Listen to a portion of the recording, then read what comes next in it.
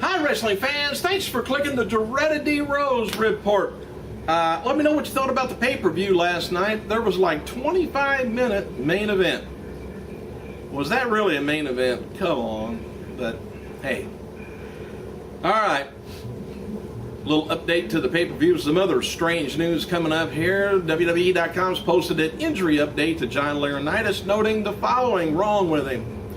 WWE.com got word that Mr. Laurinaitis, he was rushed to the emergency room from Raleigh, North Carolina's PNC Arena, showing signs of possible concussions, possibly an ACL damage to his knee, and possibly a spinal injury added to this list of serious injuries. The executive also suffered contusions all over his entire body.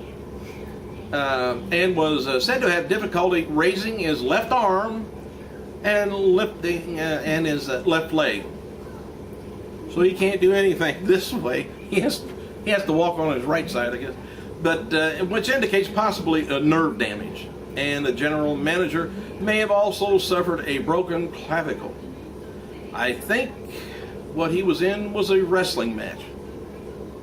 Duh, that happens. Not all at once to somebody, but anyway. PWI Insider reports that Extreme Rules promotion will be debuting in New York City Friday, June 29th. No word yet on the venue, though, but somewhere that's never seen pro wrestling in action, it says. The official announcement is going to be coming soon. I'll let you know on that.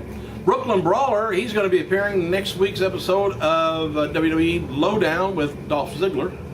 And The Miz likely won't be at tonight's Raw since he's representing WWE and NBC Universal at 2012 Cable Show Convention in Boston, Massachusetts. As noted before, Sin Cara returned to action for WWE over the weekend. And he's being booked for tonight's Raw and tomorrow's SmackDown. So bring out the springboard. I'm back. Kelly commented on making the Maxim Hot 100 list. He says, couldn't be happier to be at number 38's Maxim Hot list. Such a honor. I want to thank you fans for the support and love. You guys, XOXO. Hugs and kisses, I guess. The Miz is going to be starring in a new season of Disney's XD's Pair of Kings.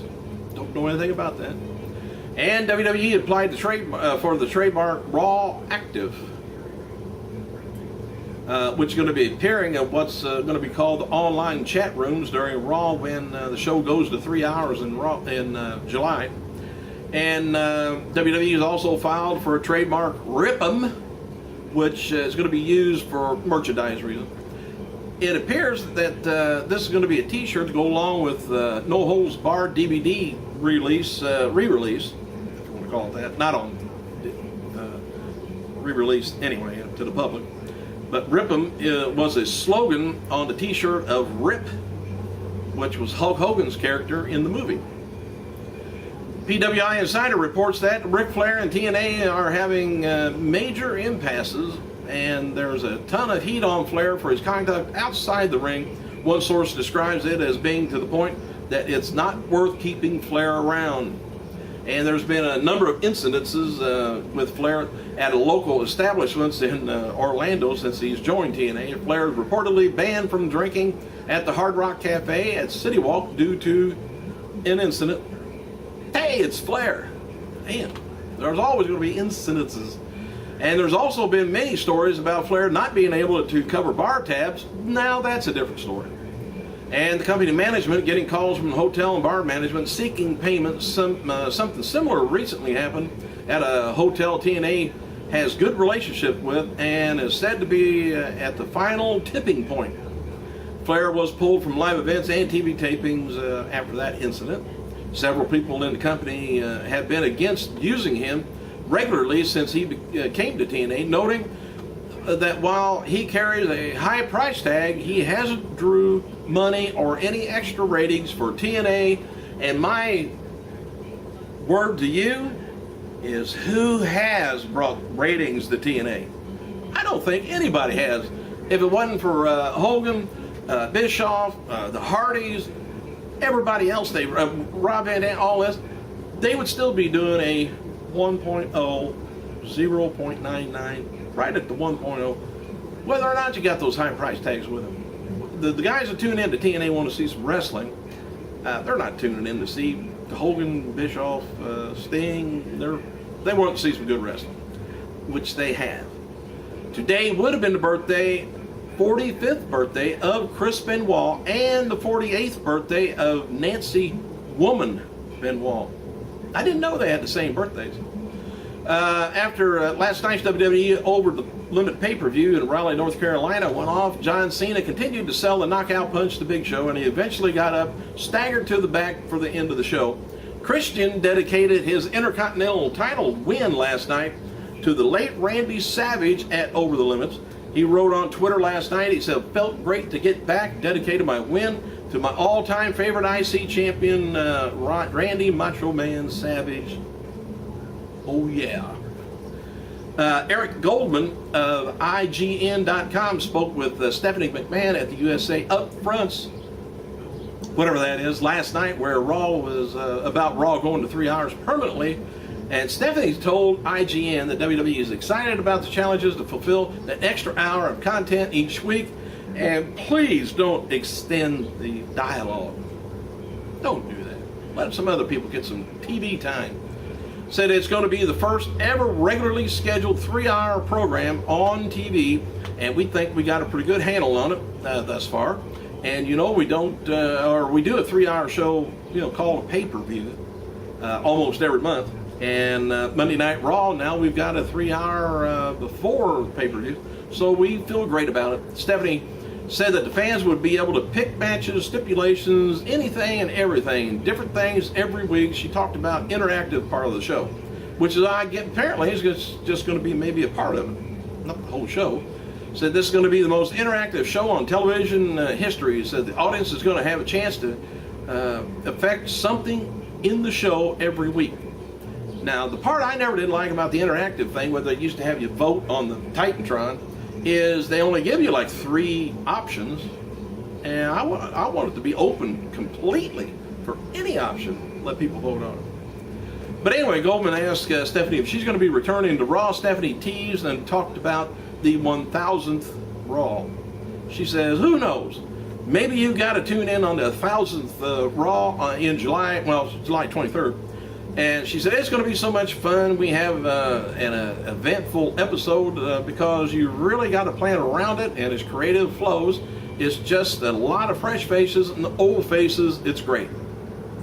And I love her faces, all of them. Ezekiel Jackson and Titus O'Neil, they're added to the list of WWE superstars now using Diamond Dallas Page's DDP yoga program.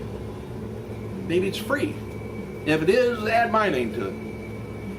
WWE Diva Champion Layla got many write-ins votes for Maximum Hot 100, but she may be inducted on the list with Kelly Kelly. They haven't really heard any more about it. But WWE has re-added Rex and Hawkins to the roster page, and the two have seen Over the Limits confiscated signs about Eve Torres and John Laurinaitis.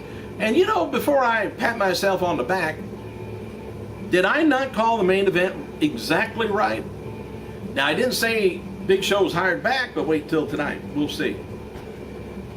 I hate that when I spoil my own spoilers, you know. I shouldn't have said anything. I shouldn't even have thought anything. I should just sit there and let it happen and surprise my ass. But no, I had to go and blab it. Anyway, after losing the world title at the WWE Over the Limit pay-per-view, Chris Jericho now has lost 5 straight WWE pay-per-view matches since returning in January. I bet he's glad to return. I would be if I was him, because he's got a nice little hefty paycheck. And it's believed that Jericho is going to be finishing up soon. Tonight's WWE Raw is going to be taking place at the Richmond Coliseum in Richmond, Virginia, with a fallout from Over the Limit. WWE has announced that Big Show will speak tonight at the show, explaining why he helped John Laurinaitis defeat John Cena over the limits. WWE will also reveal more details on Raw going 3 hours at June 23rd on tonight's broadcast, so maybe they'll open their eyes a little bit more. Triple H, Brock Lesnar, and Paul Heyman are not being advertised for tonight's show, but a surprise appearance by Heyman is kind of unlikely. They got to keep that storyline rolling. Match is advertised locally is going to be Cena and taking on Lord Tensai and John Laurinaitis in a handicap match, plus CM Punk and Daniel Bryan. Oh, my fault. Locally, it's supposed to be advertised as Cena versus Lord Tensai and John Laurinaitis in a handicap match. And the way he was beat up, if that was true, he is going to be handicapped for tonight. Hulk Hogan's ex-wife Linda Hogan is in talks with hip-hop artist Ricky Romance to appear in a music video called MILF. TMZ reports that. Anyway, Hogan would join the production at the end of the month if an agreement can be reached. Linda Hogan. Romance is also disclosed his love affair for the 52-year-old to TMZ, who broke up with her 23-year-old boyfriend Charlie Hill last week. Hey, maybe she'll fall for me. Yeah. I'm in love, she says. Linda does. Said, I wrote a song for her hoping to get her attention. Said it's perfect timing since she's single now, and she said, I hope to marry her and have our first child by next year. This is this romance guy saying all that to Linda.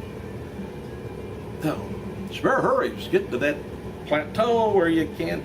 Anyway, TNA talent Tara, formerly competed as, of course, Victoria in WWE, noted that she's watching SmackDown last Friday on her Twitter account. She says, watching a little bit of WWE and Lillian Garcia looks stunning. She wrote, the SmackDown diva responded to the TNA knockout by writing, oh, thanks, sis. Miss you. Miss you too, Lillian. Need more airtime. Hey, thanks for clicking, you guys. Any more updates, I'll let you know. I gotta go.